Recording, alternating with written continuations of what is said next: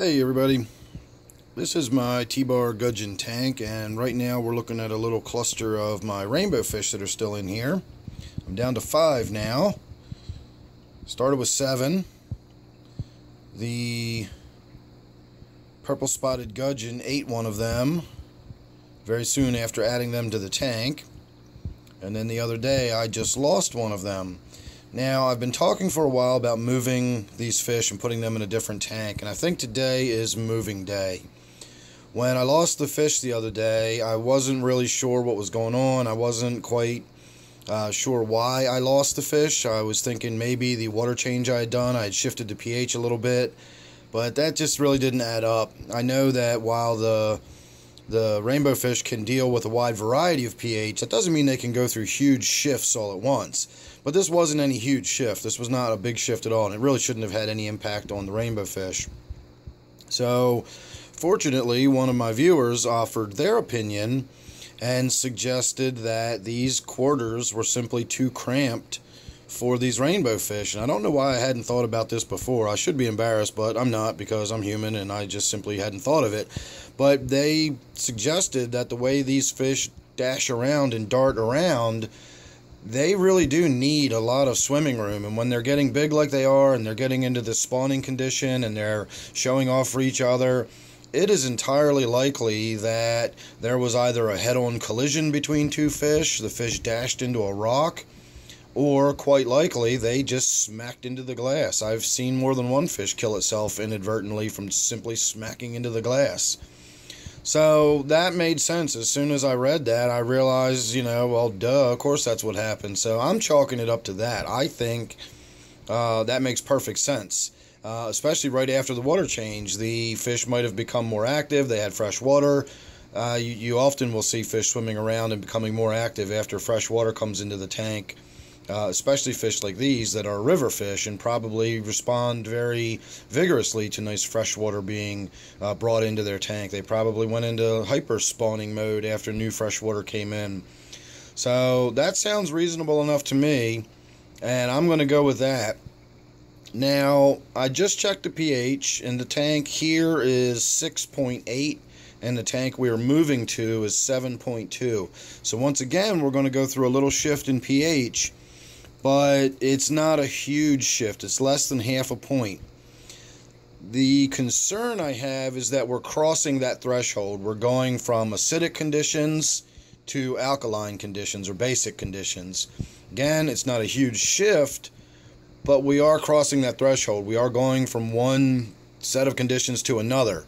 Remember what I said in my previous video. It's always easier on the fish to go up than down. So again, I'm not overly concerned, but it is something worth mentioning that we are going to be shifting from slightly acidic conditions in this tank to slightly basic or alkaline conditions in the tank they're going to. So let me get started on it. Not really sure whether I'm going to video the process of trying to collect them or not. I don't know whether it'll be worth videoing. I might be deleting a lot of expletives while we do it. So we'll see. But either case, take your last look at the rainbow fish in this tank. And next time you see them, they're going to be in their new home. So sit tight, and I will see you in a moment. Alright, everybody, here goes nothing.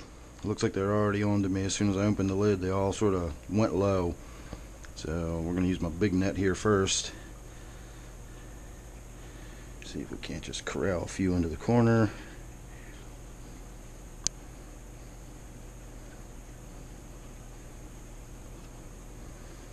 Of course not.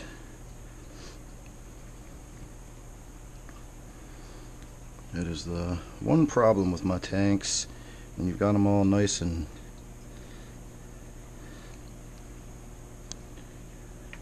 lots of places for the fish to hide,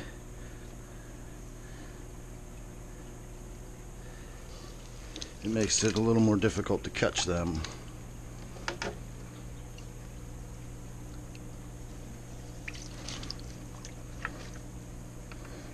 Alright, there's one.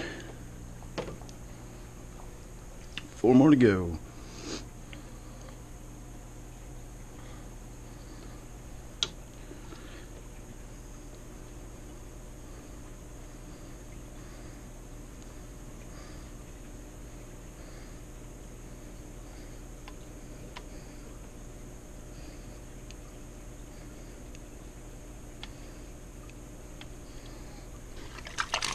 There's 2 more of them, I believe.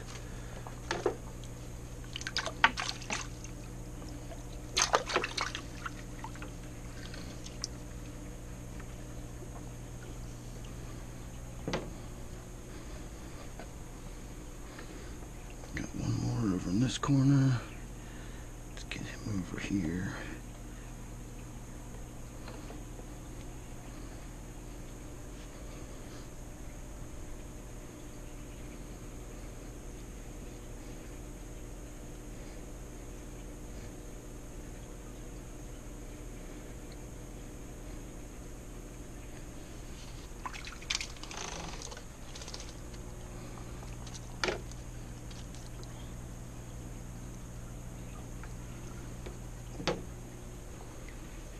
Okay, 1 to go.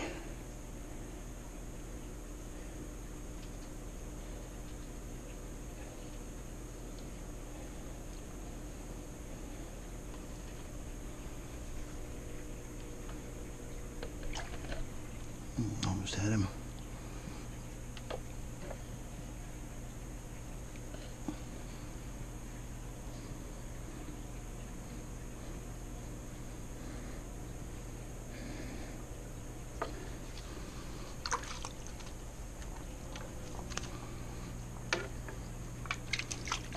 Alright, that's all 5 of them. Alright, let's let the tank get settled down for a few minutes and we'll get the wrap-up video. It wasn't as bad as I thought it was going to be. Alright everybody, there you go. Personally, I'm quite happy with it. The rainbow fish do exactly what I was expecting them to do, and they intermingle with the congos. They don't necessarily school with the congos, but they intermingle with them. They still sort of seem to stay together.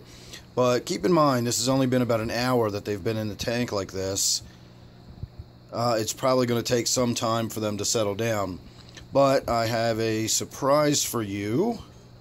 While I was working on getting those rainbows moved over and I had the nets in my hand, I decided, you know what?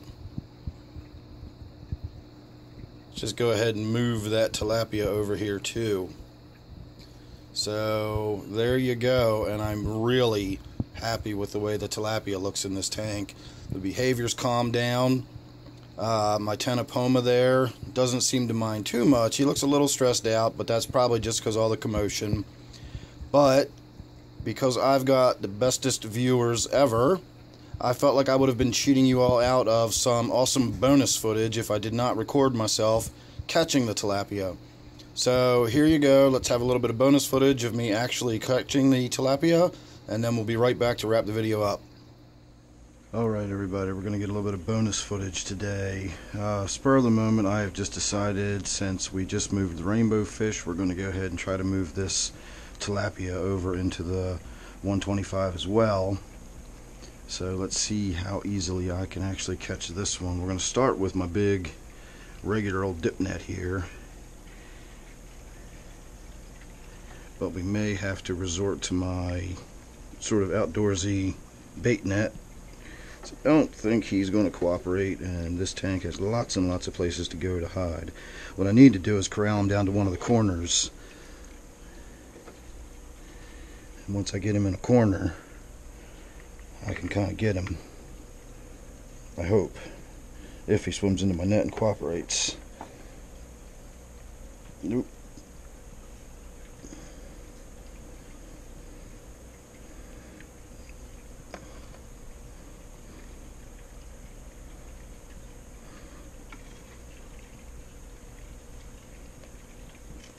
All this woodwork in my way. There, so hopefully if I can get him to come through these rocks or around the end of the tank. And he's not going to do either for me.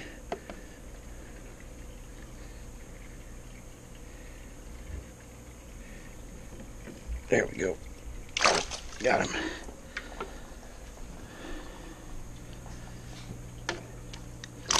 He's a lot more fish than I had considered. Well, he just took a shot up against one of those rocks. I can already see a mark on his back, so I don't think he's going to be too happy, but hopefully he'll recover. So, alright everybody. Alright, so it wasn't that big of a deal. It really wasn't, you know, anywhere near what I expected it to be, put it that way. I've learned over the years that a good way to catch fish is to get them into corners. I know that might sound pretty obvious and simple, but chasing fish around the tank is not really the way to do it. Get one net in the corner, sort of set a trap for it, and then use another net or even your hand to corral it into where you want it. It sort of worked with the rainbowfish, and of course it worked, as you just saw, with the tilapia. And now all we've got to do is get this tank back to its former glory by having a thick, lush green roof of floating water sprite, and that hopefully will be coming soon. I've already thrown some water sprite in here. It's not rooted plants just yet, it's just fronds that I've cut from another tank.